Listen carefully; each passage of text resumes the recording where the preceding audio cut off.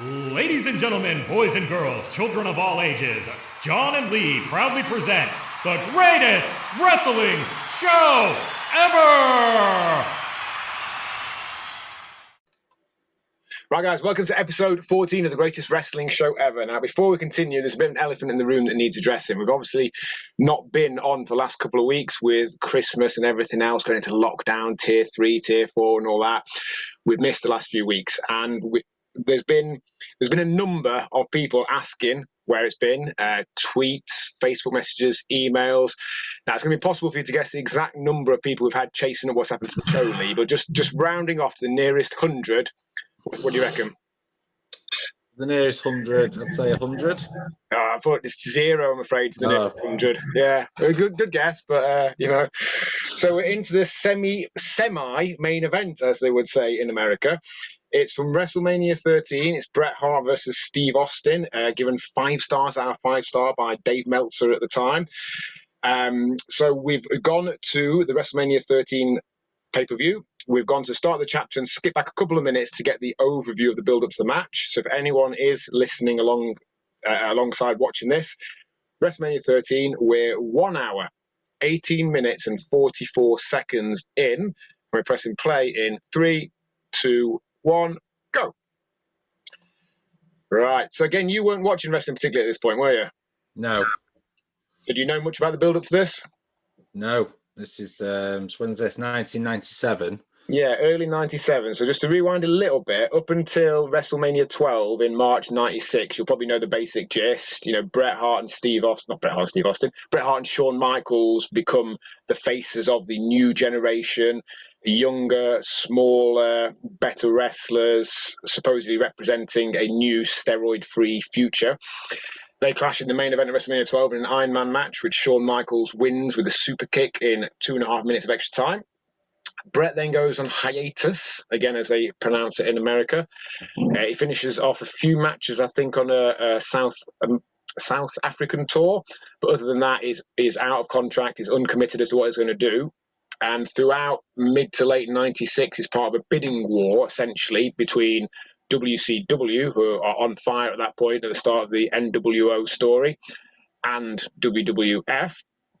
Eventually, he chooses to sign for WWF for less money than WCW were offering him, partly out of loyalty to Vince and the promotion, but also they offer him a long-term contract. So it's a total of 20 years. If I remember correctly, it was something like 3 years as an active performer, maybe 7 years as like a TV character, and then 10 years in like an office role. So he was essentially set up for life. Signs the company, comes back, faces Steve Austin at Survivor Series 96 in a relatively unbuilt-up match, but a good one nonetheless. And as it's explaining in this storyline now, the WWF that Bret Hart comes back to is, at least in his interpretation, a very different one to the one he left. Gone is the black and white, simple good guys versus bad guys, where wholesome, I was about to say all-American, all-Canadian hero like him is cheered for his honesty and integrity. Was he not offered more control as well to stay with WWF? I don't think he necessarily was. I think he had written into his contract at the end, his final month, he had creative control, but that was potentially about protecting himself. Now, I don't know if that was written in when they agreed the release from the contract, or if it was written in right from the very start. Yeah. Got Ken Shamrock there. That's Ken Shamrock's first appearance in WWF. Just to sideline slightly, Ken Shamrock himself was the part of a bidding war at that point, essentially between New Japan Pro Wrestling, who had actually announced having signed him only a few weeks before, instead for WWF to swoop under their noses and sign him on $1 million a year contract, which at that time, again, was fairly unheard of. And this is Shamrock's first proper appearance as the special referee and enforcer for this submission match, because Ken Shamrock's background was in UFC. So in theory, if you've had a fight in a cage, you are qualified to referee a professional wrestling submission match. He was actually, believe it or not, Shamrock, a professional wrestler before he was a UFC fighter. He wrestled in the early 90s, I think in Carolina area, under the name, I think it was Vince Torelli, and is most famous at that point for getting a kicking in a hotel room from the Nasty Boys. Oh wow, in real life. Yeah. So I don't quite know the specifics of what happened, but he clearly did something that they weren't okay with. And it's my understanding they blindsided him in a hotel room and were battering him with the phone to the point where, not far off, not killing him, but it was a proper battering. And obviously that didn't do his hard man rep any good, even though there was two larger guys attacking him, blindsiding him. Doesn't, I think most people would go down to two larger guys blindsiding them. That is nasty. That is like, that's what he did there. That is clever. I never really liked the Nasty Boys, to be honest. They always looked a bit shit, really. Yeah, that's the same. Just sloppy, and I suppose part of their appeal in some way. They weren't like your traditional bodybuilders who looked almost like their wrestling was a choreographed dance. They looked like a couple of fat slobs in a brawl, which is what they were. Oh, yeah. So Steve Austin there has already made his entrance. Bret's on his way out now. So again, Bret returns, Survivor Series. The landscape is returned to as a lot more shades of grey. Anti-heroes like Steve Austin are being cheered. And the Royal Rumble in '97, held at the Alamo Dome in Texas, Bret eliminates Austin right near the end, but the referees don't see it. Austin slides back in and eliminates Vader, The Undertaker, and then Bret to seemingly win the Rumble. So he's announced as the winner at that particular point, but Bret and Vader and The Undertaker have a valid claim that they were cheated out of it because they were eliminated by someone who had already been eliminated. Yeah. On that same night, Shawn Michaels regains the world title from Sid, having lost it to him in the aforementioned Survivor Series. And they seem to be building for probably a Shawn Michaels-Bret Hart rematch at WrestleMania. Now, I've heard different views as to whether that was to be for the title or not. Either it was a title rematch, Austin's double leg Bret taking him down, the match is on, or if actually they were going to go for the Undertaker versus Sid title match that they ended up with in the end, just in a bit of a roundabout way. So that takes us to February. You've got Shawn as a champion. Shawn comes out on an episode of Raw, which is held on Thursday and is known as Thursday Raw Thursday. It's the one that we mentioned when you quizzed me a number of weeks ago, where Rocky Maivia beats Hunter Hearst Helmsley for his first Intercontinental title. Yeah. It's the same night that Shawn Michaels comes out and cuts his famous losing his smile speech, where he says he's got a serious knee injury and he basically needs to go home and recover. And as a relatively small part of the speech, he says that I think it was his mum had pointed out that he'd lost his smile and he needs to go home and find his smile, which the consensus is that that's him dodging out of doing the job to Bret at WrestleMania. So why was this a submission match? Good question. I'll come to that in a second, but I'm not 100% sure why, actually. I'm assuming it's because of, interferences and stuff like that to try and negate that slightly. I mean, it's a bit harsh on Steve, because whilst he did used to use the Texas Cloverleaf and call it the Hollywood Vine when he was in WCW, he doesn't have a regular submission move at this point. That's why I thought it was a bit odd. Yeah. Obviously, his sharpshooter is quite famous, but I'm presuming that they built it somehow in the storyline, but I can't particularly remember. They're brawling off into the crowd now. It's a powerful start to the match. So Shawn drops the title with tears in his eyes. The following Sunday's pay-per-view was due to be a four-way called Final Four between Bret, Austin, Undertaker, and Vader, seemingly at that point with the winner getting the title shot at WrestleMania. That then becomes for the vacant world title. Bret wins it. Last North American high-quality Vader match, from my understanding, having had an absolute series of stormers in WCW, but then a really disappointing WWF run. He puts in a shift there, bleeds heavily from above the eye, and it's considered his last good match in North America. But Bret wins the title, drops it the next night after Steve Austin's interference to Sid, bringing us back to Sid versus Undertaker for the title at Mania, the same night as this, and setting up Bret versus Austin. Now, I don't know what the original plan would have been for Austin, because in theory, you're looking at Bret and Shawn, whether it be the title or not, and you're looking at Sid and Taker. I don't know if Austin's then left with someone else from the Hart Foundation. if the Hart Foundation's even reformed at this point. It's not, has it? No, I'm not sure what Austin would have done. So thank goodness Sean lost his smile, because whilst the Bret versus Sean rematch would have been nice in some ways, what we got here was arguably better. Yeah. I've got some questions for you then. Go on, hit me up. So I'm determined to beat you this time. Oh, you spent ages looking at these, have you? Well, I just thought, because sometimes I'll avoid certain questions because I think, well, no one knows that, but you proved me wrong on that. More trivial one. Do you know what Bret Hart's middle name is? Sergeant? Yes. Yeah. And what's Stone Cold's real name? Steve Williams? Oh, Steve Jensen. Right, okay. So where's the Williams then? Because that's given as his real name. And in fact, actually, I've got Steve Austin's Wikipedia page right in front of me, and it says on here, born Stephen James Anderson. So where does the Jensen come in then? I don't know. There's no mention on his Wikipedia page of Jensen. So he was born Stephen James Anderson, later Stephen James Williams. Steve Williams, as I said. He adopted the name Steve Austin after there was already a Steve Williams, Dr. Death, in wrestling.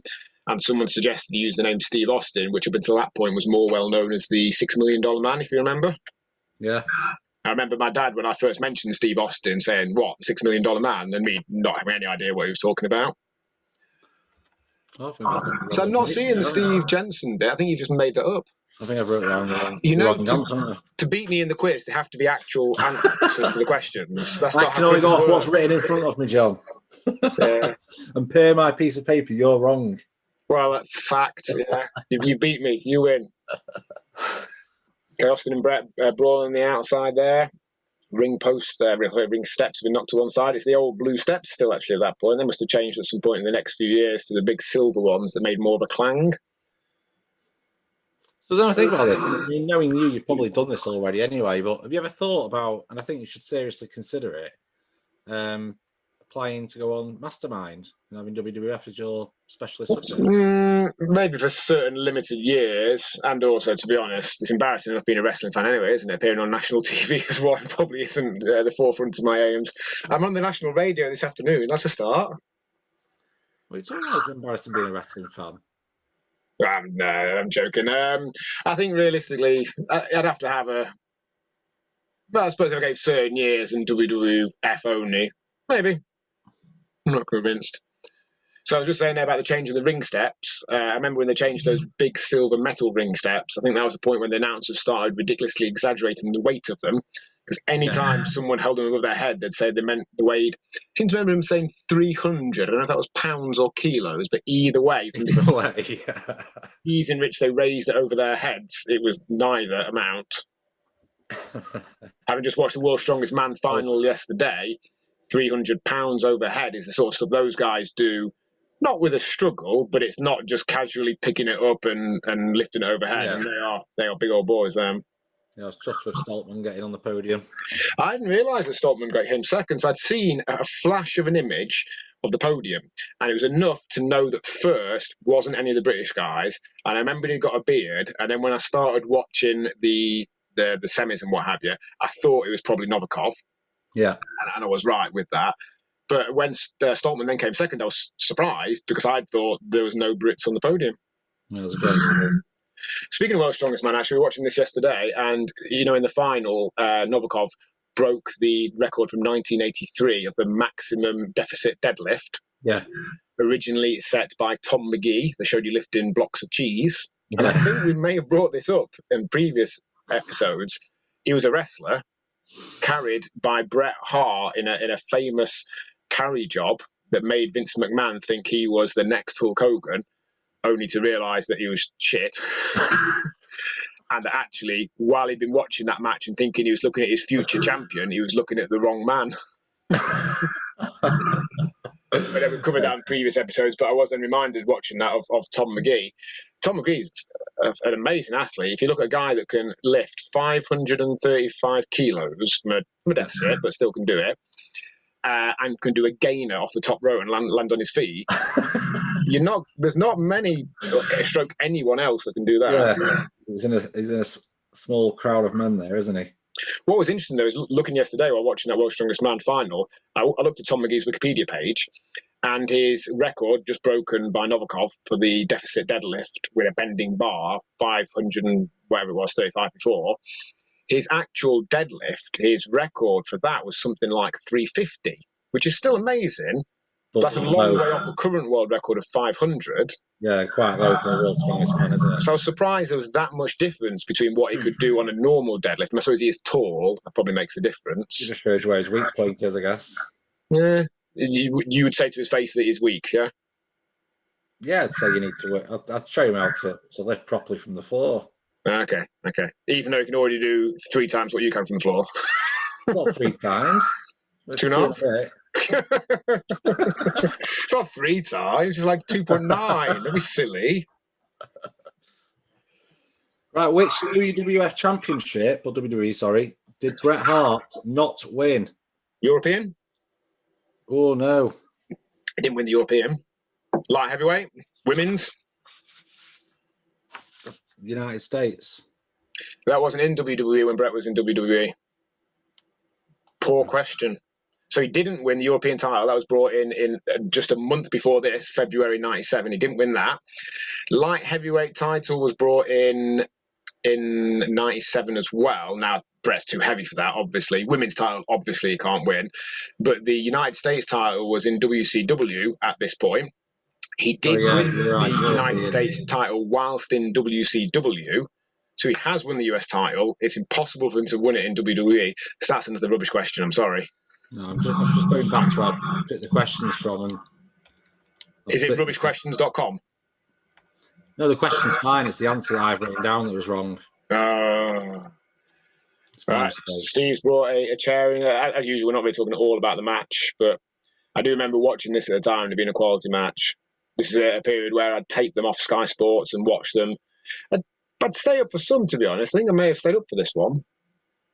I think I'd have stayed up for like the WrestleManias and the Survivor Series and all that. I'm not sure about some of the smaller pay-per-views.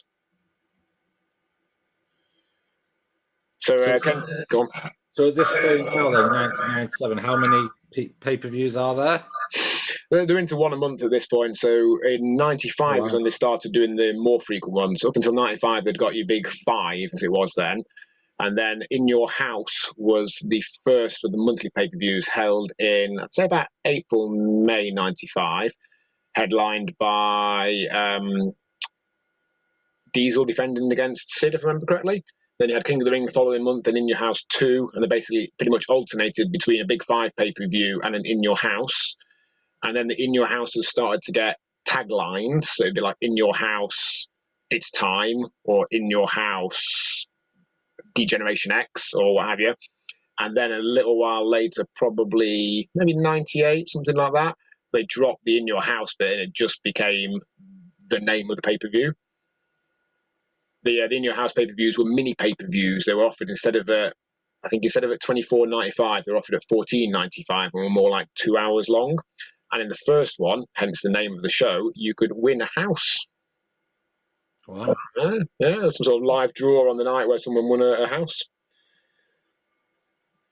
But yeah, they're into regular monthly pay-per-views at this point. This is really the start of the big ascendancy of Steve Austin. So people often retcon that after King of the Ring 96, when he won the King of the Ring and cut the incendiary promo against Jake Roberts and mentioned Austin 316 and what have you, that was then him, off to the races at that point. But actually, he had a rematch with Mark Merrow at the next month's In Your House. SummerSlam 96, he was in a dark match, or free-for-all, I suppose it was, against Yokozuna. Didn't do much then until Bret arrives on the scene at Survivors 96, and it's really around this time when he really starts to get a big following, and then more and more popular throughout 97 until in 98 he's made the man, so to speak. Do you know how many WWE championships he held? Austin, world titles, 6. Yeah. Bret held 5. Hogan 5 at this point, but came back for a 6-1 in 2002.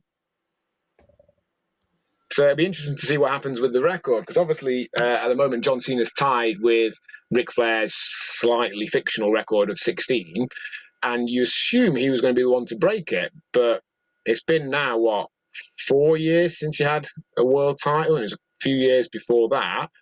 Randy Orton's only a couple off now. I think he's on 14. So it wouldn't surprise me if actually Orton's the one to break the record, or even if they get Orton up to 16, and then in a couple of years' time, it could be Cena's retirement match, Orton versus Cena for a vacant title, and the winner breaks the record, something like that.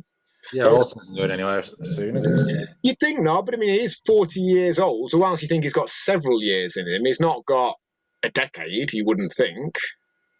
You know, most, even like Triple H, who's in his 50s now, he had that one title to do the main event against Roman Reigns a few years ago. But other than that, it'd been a number of years since he'd had it. He's probably only won it once in the last decade, something like that.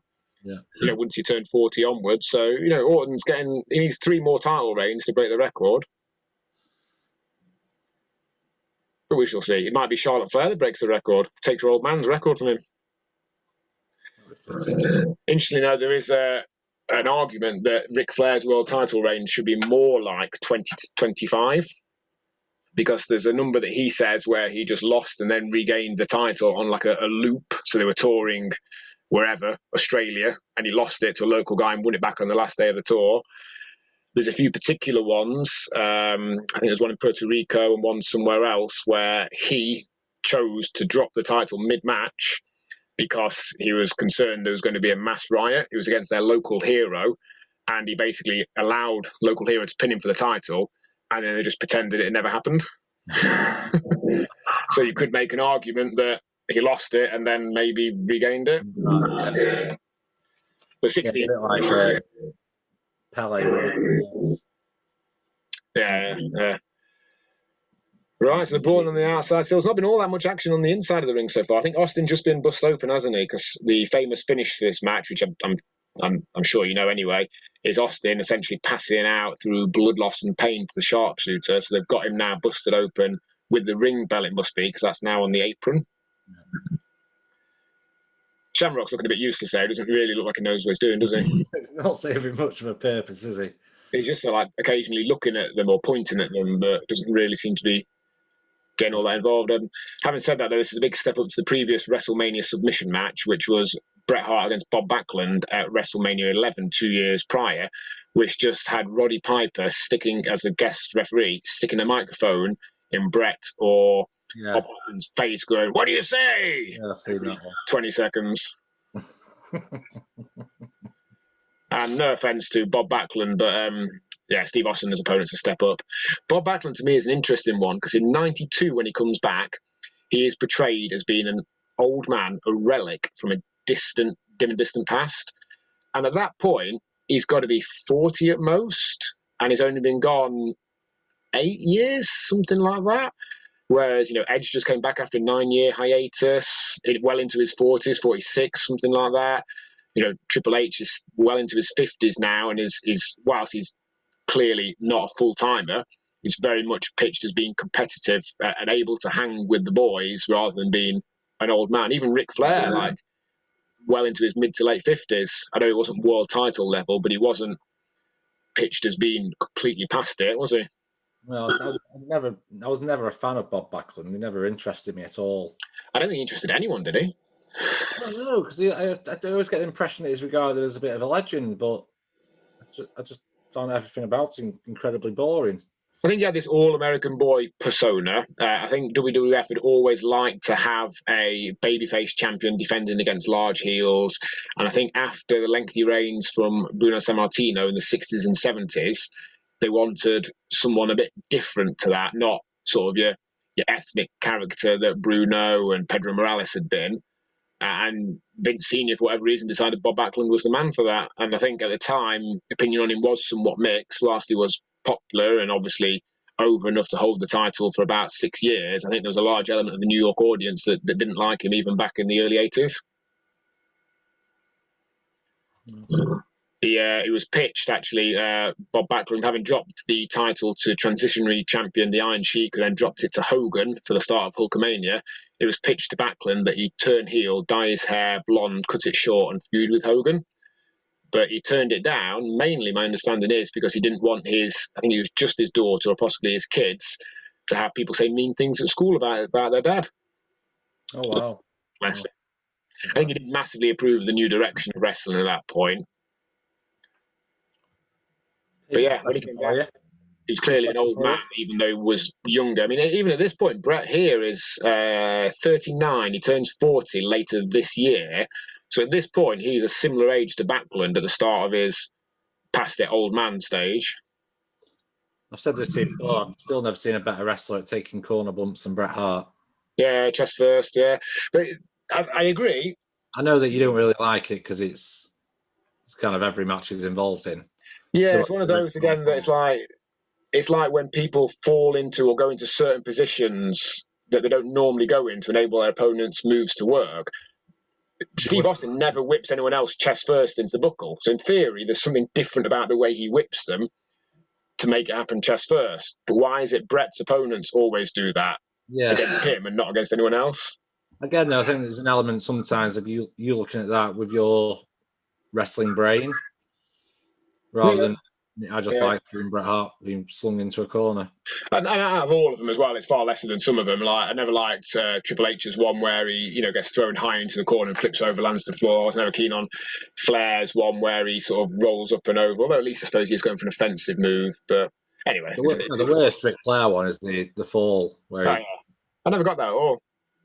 No, even as a kid, I used to know me. John, which Triple Crown champion was Bret Hart? First, second, third, or fourth? So Triple Crown, you're thinking tag, intercontinental, and world. So Pedro Morales, who I just mentioned before, was the first one. That's going to be a bonus point. Bonus point already. Second one, all three belts. I'm going to go Bret second. Correct. Yeah, good stuff. Yeah, because he'd have got there in '92, having won the world title. Pedro Morales actually did it the opposite way around. He won the world title first, then possibly tag and then intercontinental, I think. Of course, now there's been, I don't know how many, 20, 30, 40 Triple Crown champions, something like that. Yeah. Right, Bret's putting Steve in the sharpshooter now, having tried it a few times before. I think this is possibly now building up to the end. It's a great visual, that, especially when he starts trying to sort of push up out of the sharpshooter, the blood dripping out of his face. Out of all the visuals, that's one that's stuck. I think 24 years later now, and is still occasionally played on stuff. I suppose nowadays it's always shown in black and white because of the blood loss. Bret had been, prior to this, the master of the secretive blade. So several times on pay-per-view, Bret bladed when he wasn't supposed to and got away with it because he did it so well that no one realised he bladed. Wow. So in your house in late '95, defending against the Bulldog, he blades then as he's being propelled headfirst into the steps, and it looks like it was the steps. I think it was his match possibly against Roddy Piper, WrestleMania 8. I think he bladed then. Yeah. Got away with it because it was seen to be accidental, whereas I think Flair blades in the main event have been told not to and gets fined for it because it was so obvious. It was always quite fitting with, not fitting, but it always looked good with when Flair bladed because of his blonde hair. It did, yeah. One of the best blade jobs I've ever seen is also from 1997. It's also in a 5-star match. It's The Undertaker versus Shawn Michaels' original Hell in a Cell.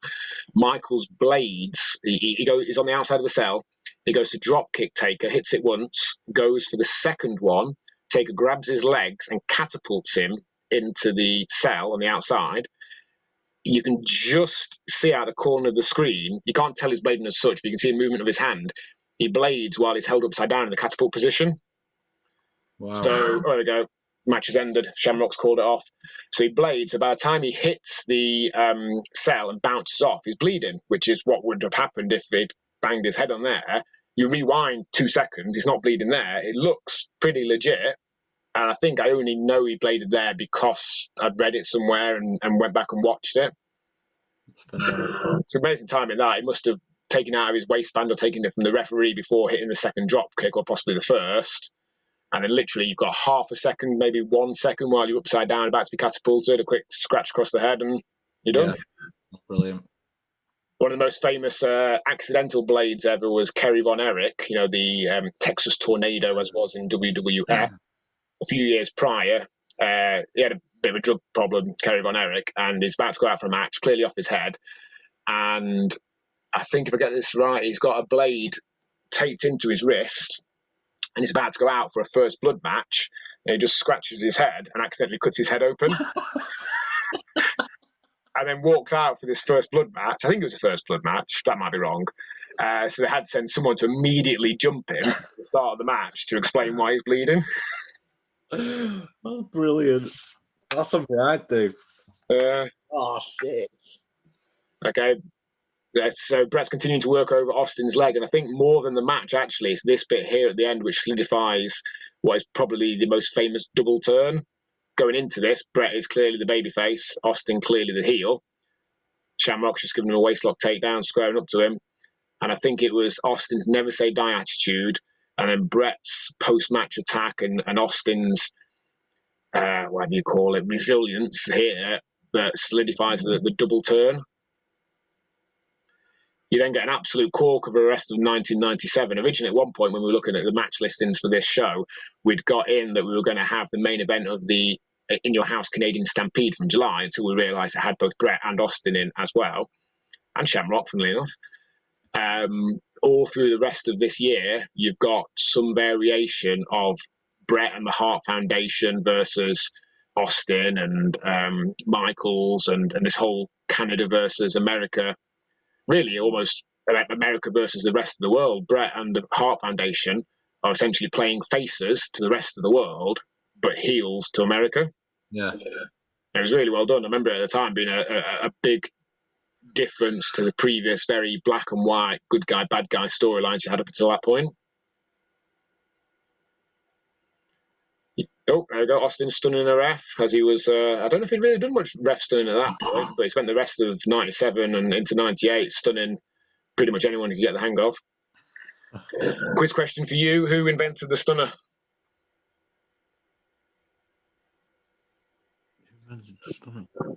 Yeah, you've asked me this before. Is it someone ridiculous? Yes and no. I mean, if you only know them by the way you might know them from the modern game, it's a bit random. But if you understand that they had a career as a wrestler before that, it's John Laurinaitis. So he's been a character on TV, but not for the last few years. He was head of creative, or I forget what it was, in WWE, and worked backstage at WCW before being brought over when they were brought out. But prior to that, he was a wrestler, Johnny Ace, who wrestled a little bit in WCW as part of the Dynamic Dudes with Shane Douglas, but most famously in All Japan Pro Wrestling. So if you wrestle in All Japan, you're a pretty good wrestler, to be honest. Yeah. And he created what he called the Ace Crusher, which I think was a little bit more like an RKO diamond cutter type move. It involved him going flat on his back, opponent coming chin down on his shoulder. Okay. And then by the time that Austin starts doing it here, I think Diamond Dallas Page in WCW would have been using the diamond cutter, which is probably the closest to the RKO. It's a full flat one.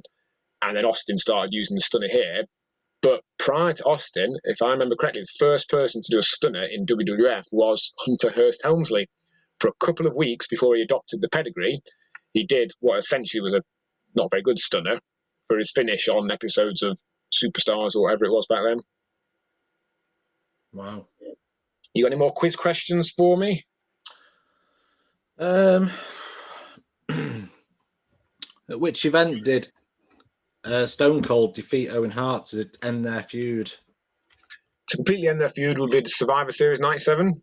So he beat him at SummerSlam in 97, despite having just received a sit-out tombstone that temporarily paralysed him, winning his first Intercontinental title, but then had to vacate it due to that neck injury. Owen wins a tournament to regain it and then loses it back to Austin. And then drops to Austin, then abandons it and gives it to young Rocky Maivia, which I think we've covered again in the previous episode. And how many times did Austin hold the Intercontinental Championship? Just those two, I think. Those 2 times in '97. I don't think he ever came back to it afterwards. Correct. Oh, yeah. One more Bret Hart question for you. Go on. One sec. Which years did Bret Hart win King of the Ring? 93 for the official televised one, and 91 for an untelevised one. Sake. So, discounting your either bad questions or bad answers, is that full marks, yeah? Yeah, full marks. Boom. You've got one more week to try and catch me out. Next week, we've got the main event for the, whichever, this linear, the World Heavyweight title. It's, which round is it? It's Cena defended against Punk for Money in the Bank 2011. And that will be the end of Series 1 of the greatest wrestling show ever. Now, we had an idea for Series 2, which I want to see if you're still thinking we might do this, and that was to have essentially an elimination-style tournament. So to pick out, let's say 16 top wrestlers, because then there'd be 8 first-round matches, 4, 2, and 1. And I think originally we'd suggested maybe like a random draw, but the danger with that is you just get people who have never wrestled each other. You put them back in the draw, and then you end up with the last 2 or 3 matches just people who've never wrestled each other. So what I thought I could do is knock up an Excel spreadsheet, because you know I like them. Who has wrestled who, not necessarily on a particularly famous match or whatever, but just what options we've got. And I'm sure I can figure out a way to sort it to let us know which combination of matches we could do. But some of them might just be completely random matches. It could be, for example, Kane and Sting, because Kane, in his pre-Kane days, wrestled Sting on a random episode of WCW Saturday Night in like 1994. It could be a random match from some tiny promotion, 10, 15 years after they were famous, but that might be interesting as a next step to what we've done so far. Sounds good. Okay, well, we'll do that. We'll do the final next week, and then we may go straight into it. We may have a little rest, but we'll have a look at that. I think we'll do similar to what we did with this series, where we have an episode 1, which essentially is picking the 16 wrestlers, deciding which ones we think should be and shouldn't. Maybe with that as well, we've got a few considerations. Do we make it across all companies?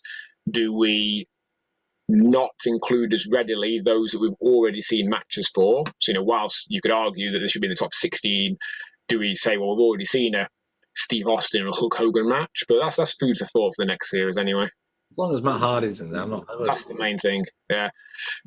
How many different gimmicks has Matt Hardy worked under? Could we make it so an entire tournament is just Matt Hardy versus someone?